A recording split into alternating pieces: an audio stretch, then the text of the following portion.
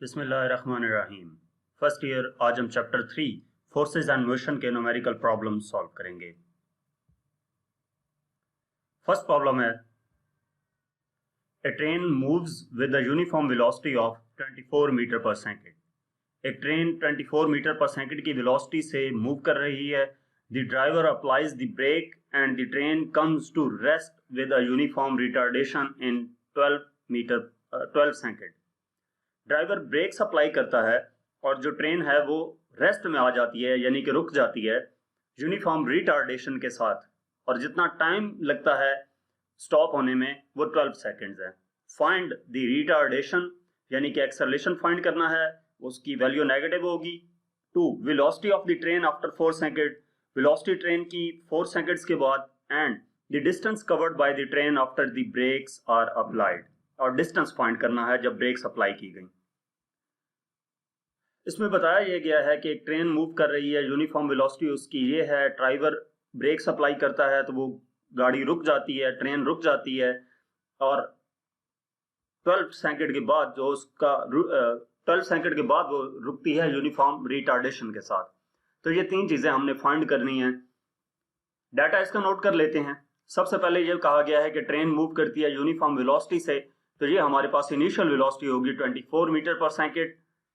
Driver brake apply करता है तो ट्रेन रेस्ट पे आ जाती है।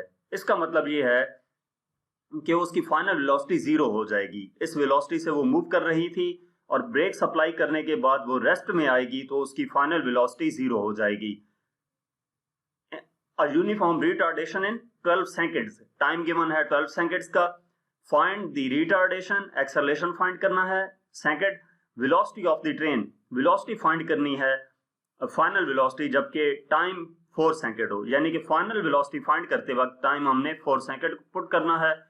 एंड थर्ड हमारे पास है distance covered by train, S find करना है।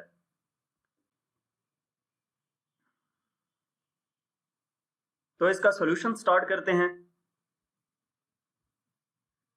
हमारे पास एक्सेलरेशन फाइंड करने के लिए फार्मूला है एक्सेलरेशन का change in velocity over time, यानी कि a equal to V F minus V I divided by T. इसमें वैल्यूज पुट कर देंगे। a इक्वल आ जाएगा, वी एफ की वैल्यू 0 गिवन है, वी आई की वैल्यू 24 है, और टाइम हमारे पास 12 सेकंड है। तो इसको डिवाइड करेंगे, एक्सेलरेशन आ जाएगा -2 meter per second square. Next V F find करना है, तो वी एफ फाइंड करने के लिए ये जो हमारे पास वैल्यूज गिवन है इनके मुताबिक V F equal to V I plus A T, first equation of motion use करेंगे। इसमें वैल्यूज पुट करते हैं। टाइम यहाँ पर 4 सेकंड पुट करना है, क्योंकि ये इसमें बताया गया है सेकंड पार्ट में कि velocity of the train after 4 second. तो वी एफ इक्वल हो जाएगा, वी आई की वैल्यू 24 पुट की, प्लस एक्सेलरेशन अभी फाइंड किया था -2, एंड टाइम की वैल्यू 4। तो ये 24 माइनस 8 आ जाएगा। वी एफ इक्वल हो जाएगा 16 मीटर पर सेकंड के।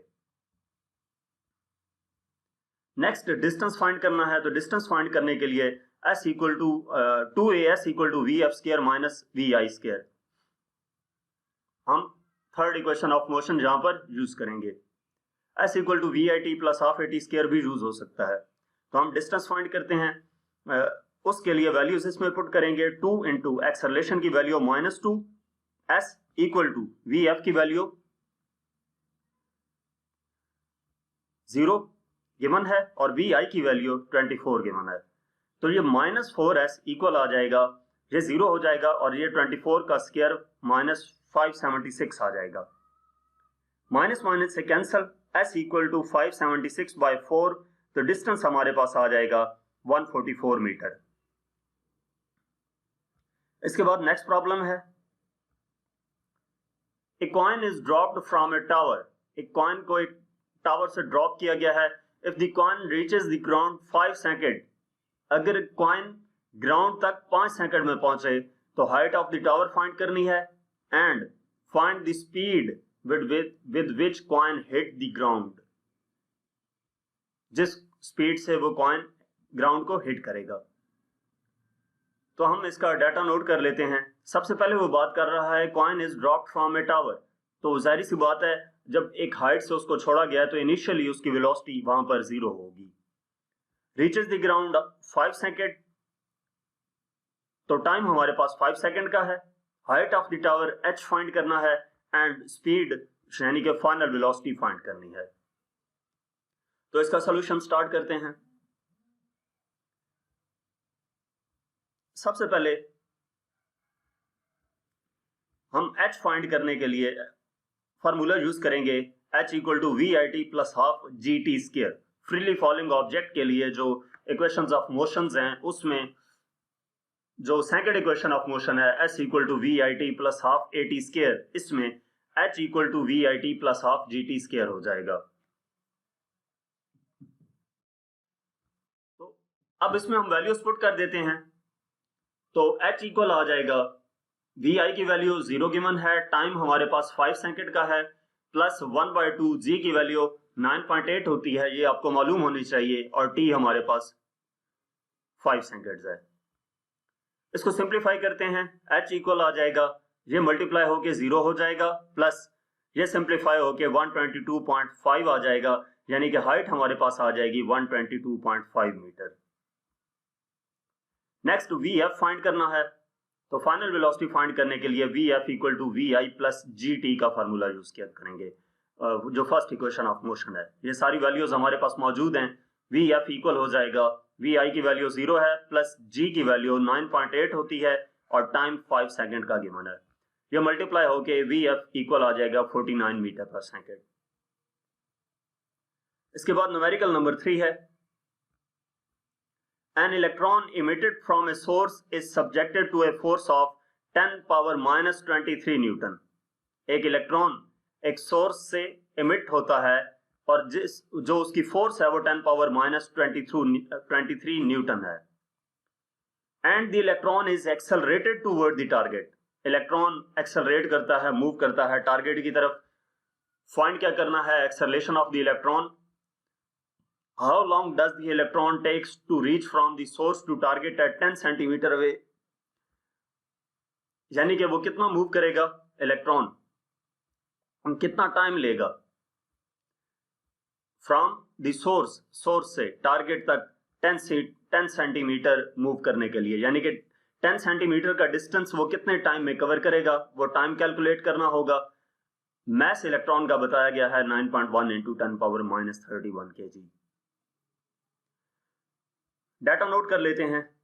हमारे पास ये है कि electron emitted from a source is subjected to a force F हमारे पास है 10 power minus 23 newton, accelerated toward the target. Find acceleration of the electron. यहां पर एक बात बता दूं कि इलेक्ट्रॉन इमिट हुआ था तो इनिशियली उसकी वेलोसिटी 0 होगी, तो वो हमने VI 0 कंसिडर की। Acceleration of the electron find करना है A। How long does it take, T find करना है। Reach from the source to the target, S 10 centimeter, इसको मीटर्स में कन्वर्ट कर लेंगे तो 0.1 मीटर आ जाएगा। इसको 100 से डिवाइड किया सेंटीमीटर को मीटर में कन्वर्ट करने के लिए। Mass of the electron M equal है 9.1 इंटू 10 पावर माइनस 31 kg। तो इसका सोल्यूशन स्टार्ट करते हैं। एक्सेलरेशन फाइंड करने के लिए न्यूटन सेकंड लॉ हम अप्लाई करेंगे, F इक्वल टू ma। यहां से A फाइंड करना है तो A equal to F over M हो जाएगा। इसमें वैल्यूज पुट करेंगे, A इक्वल हो जाएगा, F हमारे पास है 10 power minus 23 divided by M है 9.1 इंटू 10 पावर माइनस 31। तो ये डिवाइड होके एक्सेलरेशन हमारे पास आ जाएगा 1.1 into 10 power 7 metre per second square. इसके बाद हमने टाइम कैलकुलेट करना है। तो टाइम कैलकुलेट करने के लिए S equal to V I T plus half A T square, जो सेकंड इक्वेशन ऑफ मोशन है वो यूज करेंगे। इसमें तमाम वैल्यूज हमारे पास मौजूद हैं। तो S हमारे पास है 0.1 इक्वल हो जाएगा, इनिशियल वेलोसिटी 0 गिवन है, टाइम मल्टीप्लाई हो जाएगा प्लस 1/2 A एक्सेलरेशन जो अभी कैलकुलेट किया था ये पुट किया इंटू टी स्क्वायर, ये मल्टीप्लाई होके 0 हो जाएगा। तो 0.1 इक्वल टू 0 प्लस ये हमारे पास आ जाएगा 5.5 into 10 power 6 into T square. तो टी स्क्वायर इक्वल हो जाएगा, ये दूसरी साइड पर जाकर डिवाइड होगा 0.1 ओवर 5.5 इंटू 10 पावर 6, यानी कि टी स्क्वायर इक्वल हो जाएगा 1.8 इंटू 10 पावर माइनस 8 के। इसका अंडर रूट लेंगे दोनों तरफ तो टी इक्वल आ जाएगा 1.34 इंटू 10 पावर माइनस 4 सेकंड के। ये एक्सेलरेशन और टाइम हमने यहाँ पर कैलकुलेट करना था। नेक्स्ट है problem number 4. What is the magnitude of the applied force on a body of mass 2 kg? Magnitude of applied force, force हमने F फाइंड करनी है एक बॉडी पे जिसका मास 2 kg है, with changes its velocity from 2 meter per second to 6 meter per second, यानी कि initial और फाइनल वेलोसिटी गिवन है और हमें टाइम गिवन है. तो डाटा में फोर्स हमने कैलकुलेट करनी है F, मास गिवन है 2 kg का, initial velocity 2 meter per second, final velocity 6 meter per second और टाइम गिवन है 20 सेकेंड का. तो इसका सोल्यूशन हम देखते हैं. हमारे पास सबसे पहली बात F इक्वल टू ma, अगर हम फार्मूला अप्लाई करें तो हमारे पास फाइंड हो सकता है F, लेकिन एक्सेलरेशन नहीं है. तो इन गिवन वैल्यूज की मदद से हम एक्सेलरेशन फाइंड करेंगे कि a इक्वल टू vf माइनस vi डिवाइडेड बाई t. इसमें वैल्यूज पुट करते हैं तो a इक्वल आ जाएगा vf की वैल्यू 6 गिवन है, vi 2 डिवाइडेड बाई t की वैल्यू 20 गिवन है. तो a इक्वल हो जाएगा 4 बाई 20, यानी कि एक्सेलरेशन हमारे पास आ जाएगा 0.2 मीटर पर सेकेंड स्क्वायर. अब Newton second law of motion apply करेंगे F इक्वल टू ma. तो इसमें वैल्यूज पुट कर देते हैं. F इक्वल हो जाएगा, मास हमारे पास 2 kg गिवन है और एक्सेलरेशन अभी हमने फाइंड किया 0.2. ये वैल्यूज पुट करके इनको मल्टीप्लाई करते हैं तो फोर्स आ जाती है हमारे पास 0.4 Newton.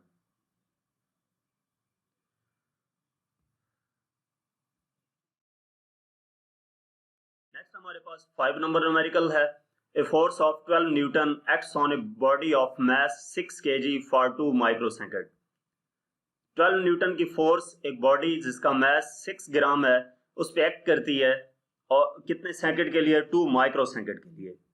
Calculate the impulse, impulse find करनी है and change in velocity of the body, change in velocity भी फाइंड करनी है. तो डाटा में हमारे पास क्या है? फोर्स गिवन है 12 न्यूटन की, जिस बॉडी पे अप्लाई हो रही है उसका मास 6 ग्राम है. इसको केजी में कन्वर्ट कर लेंगे जो स्टैंडर्ड यूनिट है मास का, तो 6 डिवाइडेड बाय 1000 करेंगे, जो 0.006 kg आ जाएगा फॉर 2 माइक्रोसेकंड. तो ये 2 इंटू 10 पावर -6 सेकेंड आ जाएगा. Time, calculate the impulse, impulse calculate करनी है and change in the velocity of the body, del v calculate करना है. तो इसका सॉल्यूशन स्टार्ट करते हैं.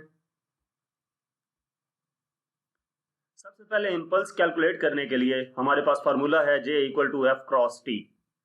इसमें वैल्यूज पुट कर देंगे. J इक्वल हो जाएगा, फोर्स हमारे पास 12 गिवन है, multiply by time 2 into 10 power -6 है. तो ये हमारे पास आ जाएगा 24 इंटू 10 पावर -6 न्यूटन सेकेंड के, यानी कि 2.4 इंटू 10 पावर -5 न्यूटन सेकेंड आ जाएगा. आंसर ये भी ठीक है. ये जस्ट स्टैंडर्ड फॉर्म में लाने के लिए 1 नॉन जीरो डिजिट के बाद पॉइंट शिफ्ट किया है यहां से इस तरफ, तो इस वजह से ये 10 की पावर -5 हुई है -6 से. इसके बाद हमने चेंज इन वेलोसिटी फाइंड करना है. तो हमारे पास फार्मूला होता है, जो फोर्स होती है rate of change of momentum की इक्वल होती है, यानी कि F equal to del P over T. तो F इक्वल आ जाएगा delta P m delta V over T की इक्वल होता है. Momentum P equal to mv होता है, तो वो पुट किया. अब यहां से हमने डेल्टा V फाइंड करना है, तो डेल्टा V इक्वल हो जाएगा, ये उधर जाकर मल्टीप्लाई होगा ft और m इधर जाकर डिवाइड हो जाएगा, तो delta V equal to ft over m. अब इसमें वैल्यूज पुट कर देंगे. डेल्टा V इक्वल हो जाएगा, फोर्स हमारे पास 12 गिवन है, टाइम गिवन है 2 इंटू 10 पावर -6 और मास गिवन है 0.006. इसको सिंप्लीफाई करेंगे तो ऊपर मल्टीप्लाई होकर 24 इंटू 10 पावर -6 आ जाता है और नीचे 0.006 एज इट इज. इसको हम डिवाइड करते हैं तो डेल्टा V हमारे पास आ जाता है 4 into 10 power -3 metre per second. इसके बाद प्रॉब्लम नंबर 6 है. What is the recoil velocity of 6 kg gun if it shoots as a 9 gram bullet with muzzle velocity of 350 meter per second? Recoil velocity 6 kg gun का मास है, उसकी recoil velocity हमने find करनी है. अगर वो shoot करे एक बुलेट जिसका मास 9 ग्राम था और उस बुलेट की वेलोसिटी 350 मीटर पर सेकंड हो। तो डाटा हमने इसमें से नोट कर लेते हैं। What is the recoil velocity of the gun. ठीक है, तो ये हमारे पास क्या चीज है, Vg, velocity of the gun Vg calculate करना है। और ये 6 kg गन का मैस है, तो ये हमारे पास mg आ जाएगा 6 kg। If it shoots as a 9 gram bullet, ये मैस है बुलेट का, यानी कि mb इक्वल आ जाएगा 9 ग्राम। इसको 1000 से डिवाइड करेंगे केजी में कन्वर्ट करने के लिए, तो 0.009 kg आ जाएगा विद मजल velocity of 350 metre per second. ये बुलेट की वेलोसिटी है, यानी कि Vb इक्वल आ जाएगा 350 मीटर पर सेकंड के। तो सोल्यूशन स्टार्ट करते हैं। यहाँ पे law of conservation of momentum हम यूज करेंगे, यानी कि टोटल मोमेंटम कंजर्व रहता है। तो ये हमारे पास Pg momentum of the gun equal to momentum of the bullet. Pg किसके इक्वल होगा, mg Vg, P equal mv होता है, तो mg Vg equal to Pb होगा mb Vb के। इसमें आप वैल्यूज पुट करने से पहले बल्कि पुट कर देते हैं, तो 6 उधर जाकर डिवाइड हो जाएगा, या आप पहले भी mg को उधर जाकर डिवाइड कर सकते हैं। mg की वैल्यू 6 हमें गिवन है, Vg एज इट इज आ गया इक्वल टू mb की वैल्यू 0.009, Vb 350। तो ये 6 Vg इक्वल आ जाएगा 3.15 के, यानी कि Vg इक्वल आ जाएगा 3.15 डिवाइडेड बाय 6। ये 6 इधर आकर डिवाइड हो जाएगा, तो Vg इक्वल हो जाएगा 0.554 मीटर पर सेकंड। ये गन की वेलोसिटी है, जिस वेलोसिटी से गन रिकॉइल होगी, जो हमने फाइंड करना था। इसके बाद नेक्स्ट प्रॉब्लम है, 4000 kg truck is moving at a speed of 20 meter per second along a straight road। 4000 kg truck है और वो मूव कर रहा है जिस स्पीड से, वो स्पीड 20 मीटर पर सेकंड है। तो ये हमारे पास क्या है, मैस ऑफ द ट्रक है, इसको हम लिख देंगे mt 4000 kg, और ये ट्रक की वेलोसिटी है तो mv आ जाएगी। इसको इनिशियल वेलोसिटी कंसिडर करके ut लिख देते हैं, velocity of the truck. u से वेलोसिटी को डिनोट कर रहे हैं और t से ट्रक को। Velocity of the truck 20 metre per second along a straight road, strikes a 800 kg stationary car. Car का मैस गिवन है, यानी कि mc 800 kg, और क्या कहा है, स्टेशनरी है, रुकी हुई है, यानी कि ये हमारे पास इनिशियल वेलोसिटी कार की क्या होगी, uc इक्वल होगा 0। And couples to it, couples to it का मतलब ये है कि अब जो इसके बाद जो इनकी वेलोसिटी होगी वो सेम होगी, दोनों की वेलोसिटी सेम रहेगी, क्योंकि वो एक दूसरे के साथ अटैच हो चुकी हैं। अब जितने दूर तक उन्होंने मूव करना है ट्रक ने और कार ने, तो वो एक ही वेलोसिटी से मूव करेंगे। What will be there combined speed after impact. Combined speed हमने फाइंड करनी है, तो उसको v का नाम दे देते हैं, और v इक्वल होगी vt इक्वल टू vc के, यानी कि final velocity of the truck and the final velocity of the car. तो इसका अब सोल्यूशन स्टार्ट करते हैं। Law of conservation of momentum use करेंगे। Momentum before collision equal to momentum after collision. तो बिफोर कोलिजन में हमारे पास आ जाएगा mt ut plus mc uc, यानी कि total momentum before collision equal to total momentum after collision.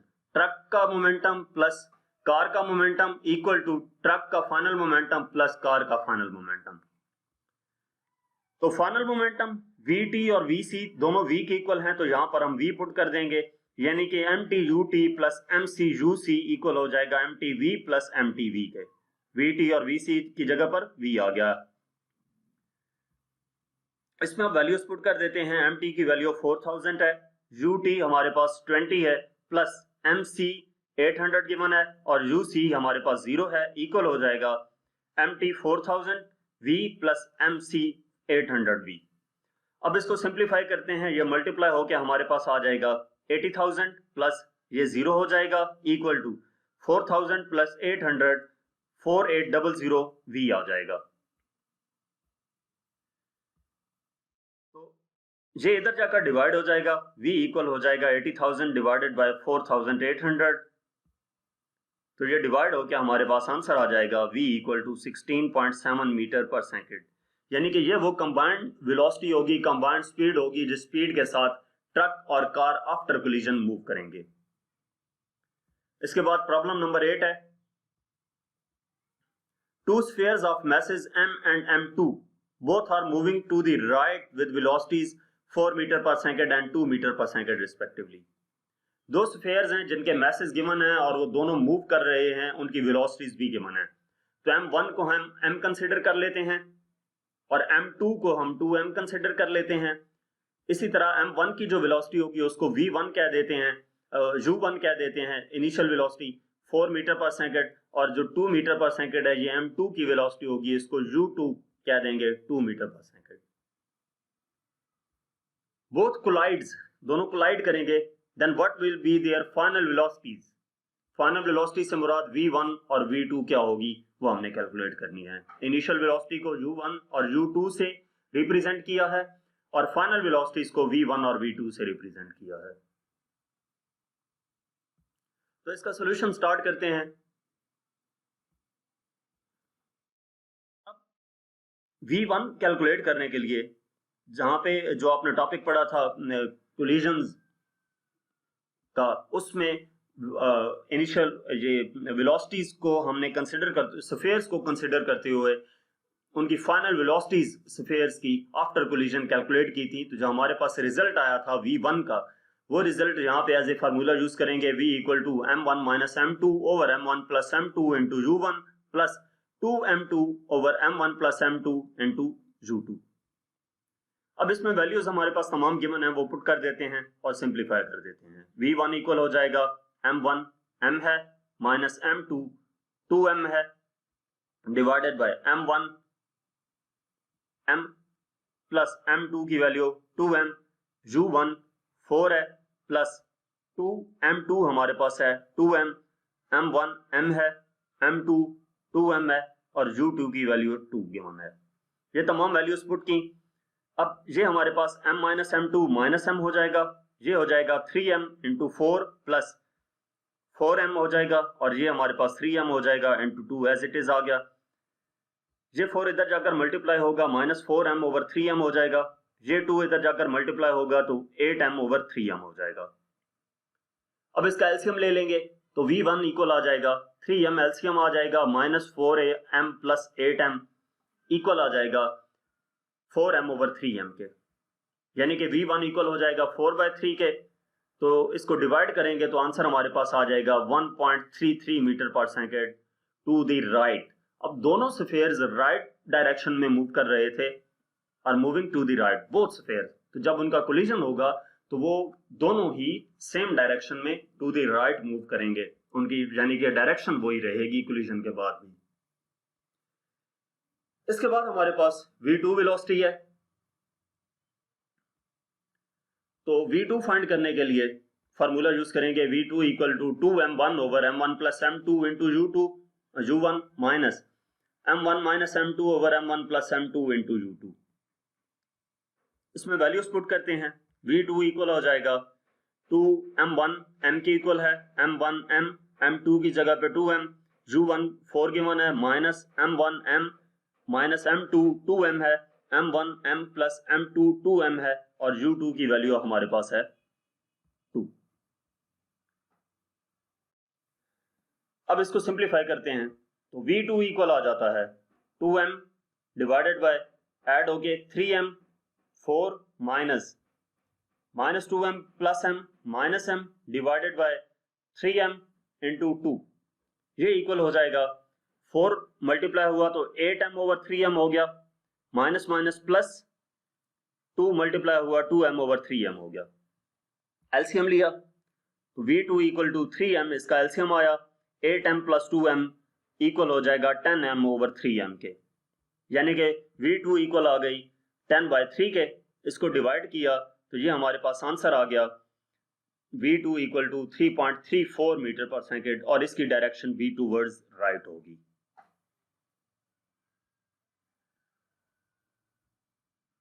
इसके बाद हमारे पास प्रॉब्लम नंबर 9 है, cricket ball is headed upward at an angle 45 with velocity of 20 meter per second. Cricket ball को hit किया गया है अपवर्ड डायरेक्शन में और जिस एंगल पे हिट किया गया है वो 45 डिग्री है, यानी कि थीटा हमारे पास है 45 degree. With velocity of 20 metre per second V naught 20 metre per second आ गई। फाइंड मैक्सिमम हाइट,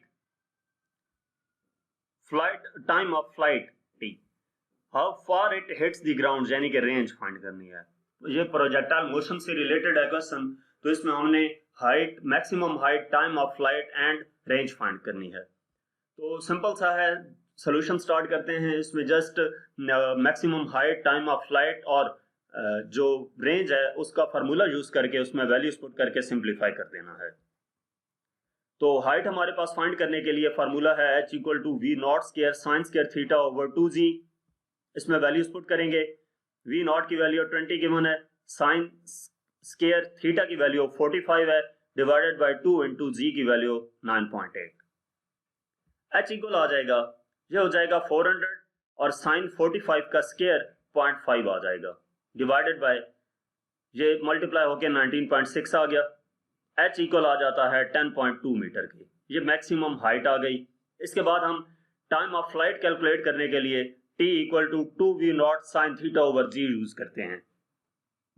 इसमें वैल्यूज पुट करते हैं तो t इक्वल हो जाएगा 2 इंटू वी नॉट की वैल्यू 20 गिवन है, साइन थीटा हमारे पास 45 है, डिवाइडेड बाय g 9.8 है, ये आपको मालूम हो रहा है।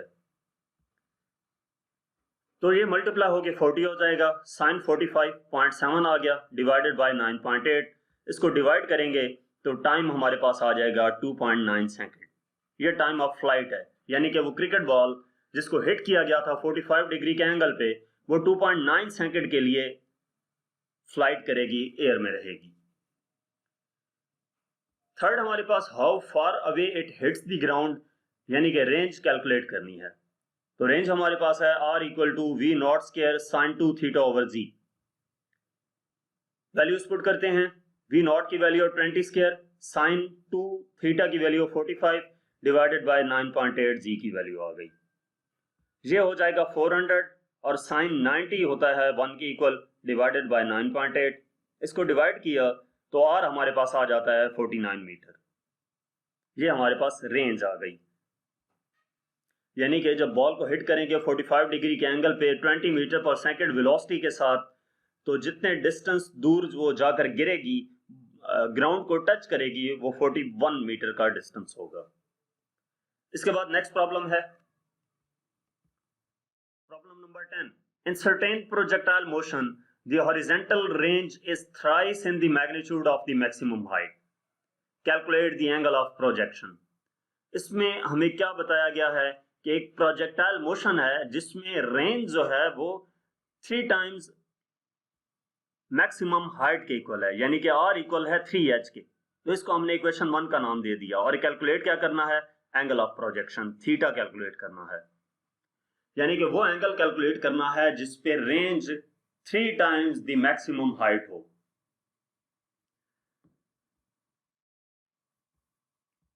तो सोल्यूशन हमारे पास रेंज का फार्मूला है r equal to we naught square sine 2 theta over g और हाइट हमारे पास होती है V naught square sine square theta over 2g।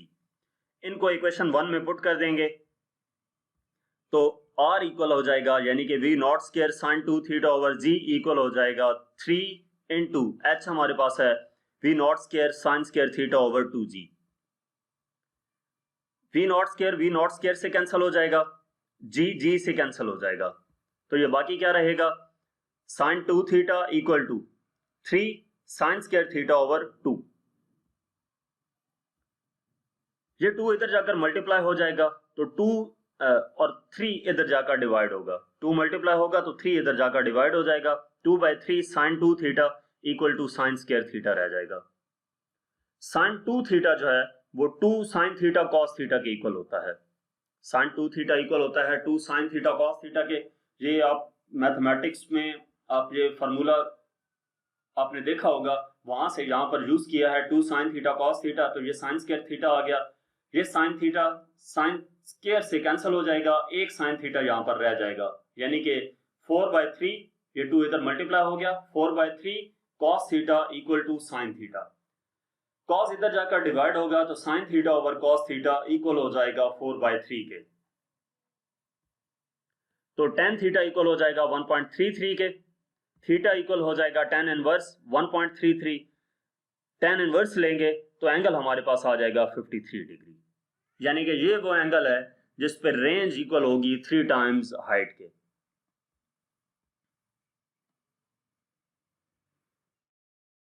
Problem number 11 है, prove that the horizontal ranges in projectile motion are same at 45 plus theta and 45 minus theta। Horizontal ranges projectile motion की इन angles पे same होती हैं, ये हमने calculate करना है, prove करना है। तो इसका सोल्यूशन स्टार्ट करते हैं। सबसे पहले जो रेंज का हमारे पास फार्मूला है वो क्या होता है, R equal to we naught square sine 2 theta over g. अब हम थीटा पे पहले 45 प्लस थीटा पुट करेंगे और फिर 45 माइनस थीटा यूज करेंगे एंगल जो है। तो पहले हम 45 प्लस थीटा यूज करते हैं, R इक्वल होगा v naught square sine 2 45 plus theta over g. ये 2 मल्टीप्लाई होगा तो 90 प्लस 2 थीटा हो जाएगा। जो साइन 90 प्लस 2 थीटा है वो हमारे पास इक्वल होता है कॉस 2 थीटा के। ये भी आप मैथ्स में फार्मूला पढ़ेंगे। तो साइन 90 प्लस 2 थीटा इक्वल होता है कॉस 2 थीटा के। तो साइन 90 प्लस 2 थीटा की जगह पर कॉस 2 थीटा पुट कर दिया। ये हमारे पास एक रेंज आ गई जब एंगल 45 प्लस थीटा था।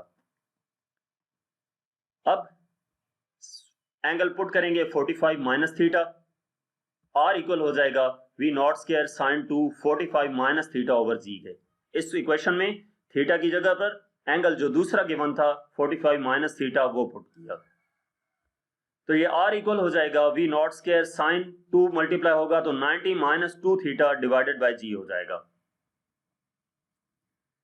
तो साइन 90 माइनस 2 थीटा भी कॉस 2 थीटा के इक्वल ही होता है, प्लस साइन 90 प्लस 2 थीटा भी कॉस 2 थीटा के इक्वल होता है और साइन 90 माइनस 2 थीटा भी कॉस 2 थीटा के इक्वल होता है। तो इसका मतलब ये है कि ये रेंज जब एंगल 45 प्लस थीटा था और ये रेंज जो 45 माइनस थीटा था दोनों इक्वल हैं। तो इसका मतलब ये है कि ये प्रूव हो गया। और यही हमने प्रूव करना था कि हॉरिजॉन्टल रेंजेस प्रोजेक्टाइल मोशन के लिए इन दो एंगल्स पे सेम होती हैं।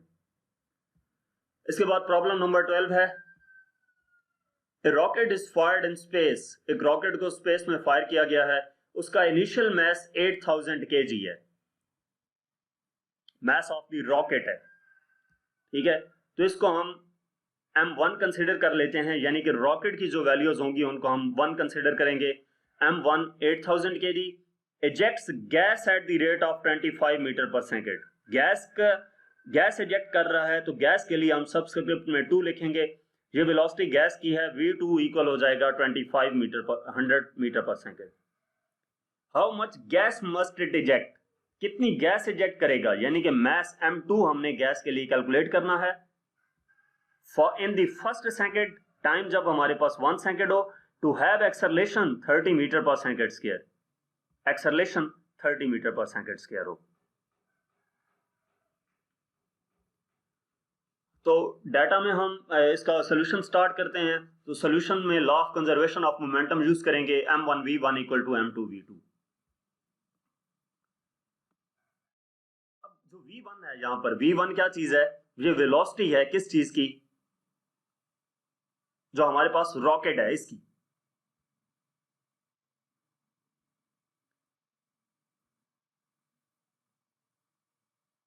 m1 रॉकेट का मास था, v1 वेलोसिटी रॉकेट की है, m2 मास है गैस का और v2 हमारे पास वेलोसिटी है किसकी, गैस की। तो यहां पर v1 जो इक्वल हो जाएगा वो at की इक्वल हो जाएगा, क्योंकि एक्सेलरेशन इक्वल होता है वेलोसिटी ओवर टाइम के। तो हमने m2 फाइंड करना है, v2 इधर जाकर डिवाइड हो जाएगा, m2 इक्वल हो जाएगा m1 at ओवर v2। इसमें वैल्यूज पुट कर दी, m2 इक्वल हो जाएगा, m1 की वैल्यू हमारे पास आ गई 8000, एक्सेलरेशन 30 इंटू टाइम हमारे पास है 1 सेकेंड का, डिवाइडेड बाय v2 2500। तो ये हम सिंप्लीफाई करके जो आंसर हमारे पास आएगा वो m2 आएगा 96 kg, यानी कि 96 kg मास की जो गैस है वो इजेक्ट होगी फर्स्ट सेकेंड में जब उसका acceleration 30 metre per second square हो। इसके बाद इस चैप्टर का लास्ट प्रॉब्लम है, a projectile rocket emits gases at the rate of 300 metre per second. Projectile rocket है और वो गैसेज इमिट करता है 300 मीटर पर सेकेंड की वेलोसिटी से। If it burns 150 kg fuel in each second, अगर वो 150 kg फ्यूल हर सेकेंड में बर्न कर रहा हो, then what is the thrust of the rocket. तो प्रोजेक्टाइल रॉकेट जो गैसेज इमिट कर रहा है उसकी velocity v 300 metre per second है, 150 kg फ्यूल बर्न कर रहा है, यानी कि m इक्वल टू 150 kg आ गया each second time 1 second. Then what is the thrust of the rocket, f calculate करना है। तो सोल्यूशन हम यूज करते हैं, सोल्यूशन स्टार्ट करते हैं। इसमें जो फार्मूला हमने यूज करना है वो F equal to delta P over T है। चेंज इन मोमेंटम इक्वल होता है फोर्स के। F इक्वल होगा mv के, डेल्टा P जो मोमेंटम है वो mv के इक्वल होगा, तो F इक्वल हो जाएगा mv ओवर T के। अब इसमें वैल्यूज पुट कर देते हैं। F इक्वल हो जाएगा m 150 गिवन है, वेलोसिटी 300 है, डिवाइडेड बाय टाइम 1 है। तो ये सिंप्लीफाई होके फोर्स हमारे पास आ जाती है 45000 न्यूटन के,